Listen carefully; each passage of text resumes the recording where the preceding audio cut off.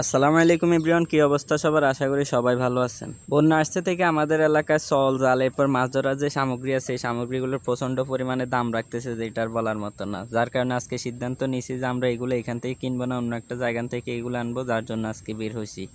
তো আমরা কোথায় যাই, কি আনি, কোনখান থেকে এগুলো কিনি, সেই সব কিছু দেখাবো আজকে এই ভিডিওতে। তাই আশা করি পুরো ভিডিওটা ভালোভাবে দেখবেন। আর আমরা বের হওয়ার পরেই আমাদেরকে পথের মধ্যে খুব ভালোভাবে বৃষ্টি ধরছে, প্রচুর পরিমাণে বৃষ্টি, যার কারণে আমরা এক জায়গায় দাঁড়িয়ে আছি। তো এইখান থেকে আমরা যাবো এখন বাস কাউন্টারে, ওইখান থেকে বাসে করে আমরা ওইখানে যাব জিনিসগুলো আনার জন্য।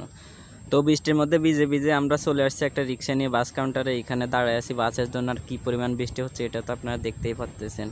তো এখানে অনেকক্ষণ দাঁড়িয়ে থাকার পর আমরা একটু চা খেয়ে নিতেছিলাম, কারণ আমরা পুরোপুরি ভিজে গেছি। ভিজা শরীর নিয়ে এখন আমাদেরকে যাওয়া লাগতেছে ওইখানে, কি আর করা। আর বাস উঠার পরে আমরা ফাইনালি কিন্তু চলে আসছি আমাদের ওইখানে। এখন আমরা এইখানে যে জিনিসগুলো কিনবো ওইগুলো আস্তে আস্তে ঘুরে ঘুরে দেখবো আর কিনবো, যে এইখানে দাম কীরকম বা আমাদের ওইখান থেকে কম নাকি।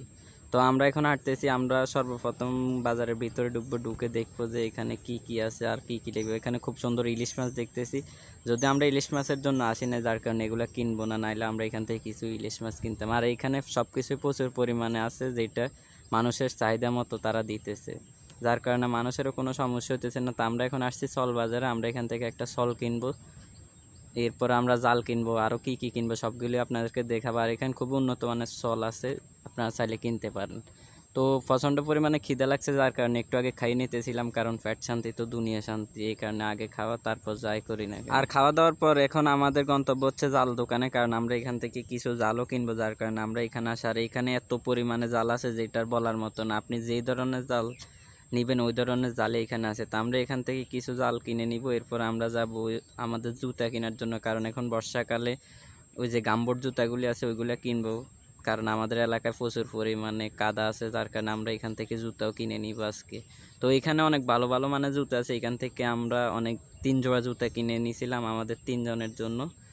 জুতাগুলি খুব সুন্দর হয়েছে, অনেক ভালো মানের জুতা কিনছি আমরা এখান থেকে। তো সব কিছু কেনাকাটার পর এখন আমরা বের হয়ে গেছি। আর আমরা আসছি প্রায় 11টার দিকে, এখন যাইতে যাইতে প্রায় আমাদের 6টা বাজে গেছে অলরেডি। আমরা বাড়িতে যাইতে যাইতে প্রায় 7টা 8টা বাজবে। তো এখান থেকে রওনা দিছি, আমরা চলেও আসছি এখানে। প্রায় এখন আমাদের এলাকার কাছে যে নৌকাঘাট আছে ওইখানে এখন প্রায় রাত্রে 7টার মতো বাজে। তা আমাদের আজকে সারা দিনটাই কিন্তু ওইখানে চলে গেছে। আর এখানে এসে আমরা খুলে দেখতেছিলাম জিনিসগুলি, এইগুলো সব কিছু আমরা নৌকার মধ্যে নিব, নৌকার জন্য দাঁড়ায় আছি। তো আমার সাথে যারা ছিল তারা এগুলো খুলে খুলে দেখতেছিল যে জিনিসগুলো আসলে কেমন হয়েছে।